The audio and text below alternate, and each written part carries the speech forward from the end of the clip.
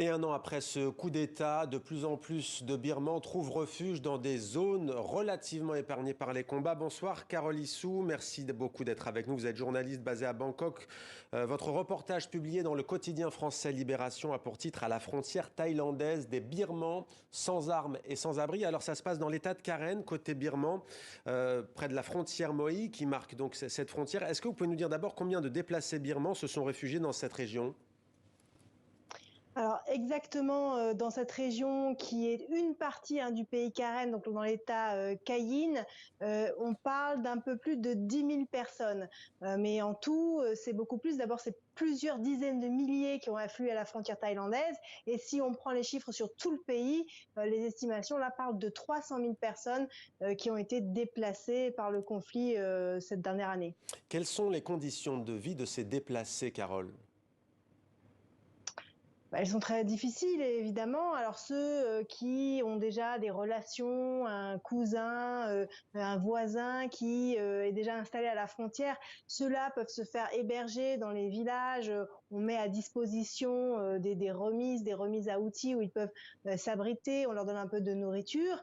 Mais ceux qui n'ont pas ce genre de connexion, eh bien, ils s'abritent sous des bâches en plastique, des abris qu'ils fabriquent comme ça avec des bouts de plastique et du bambou. Tout le long des deux rives d'ailleurs de la rivière Moi qui marque la frontière entre la Thaïlande et la Birmanie, on peut voir ces abris de fortune. Il y en a donc du côté birman, mais aussi du côté thaï où de plus en plus de gens donc passent la frontière pour aller aussi s'abriter côté thaï. Vous avez notamment rencontré une jeune femme, bébé accroché à son sein, qui semble désorientée. Elle a marché plusieurs jours avec seulement quelques rations de riz et de maïs. Que vous ont-ils dit de la junte Parce qu'il y a des familles, mais aussi des déserteurs ou des membres des forces de défense du peuple. Que vous ont-ils raconté ? Eh bien, de la junte, les témoignages varient aussi selon l'âge des personnes interviewées. Les personnes les plus âgées, et notamment les hommes, donc de cette ethnie majoritaire Karen, eux, ils ont vraiment des récits terribles à raconter, puisque eux, toute leur vie, finalement, a été de fuir les différents régimes militaires et les conflits sanglants et l'oppression exercée par les militaires dans cette région.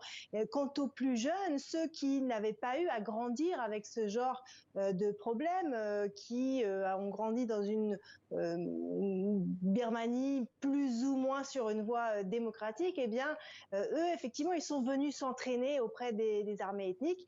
Beaucoup ont dû se replier.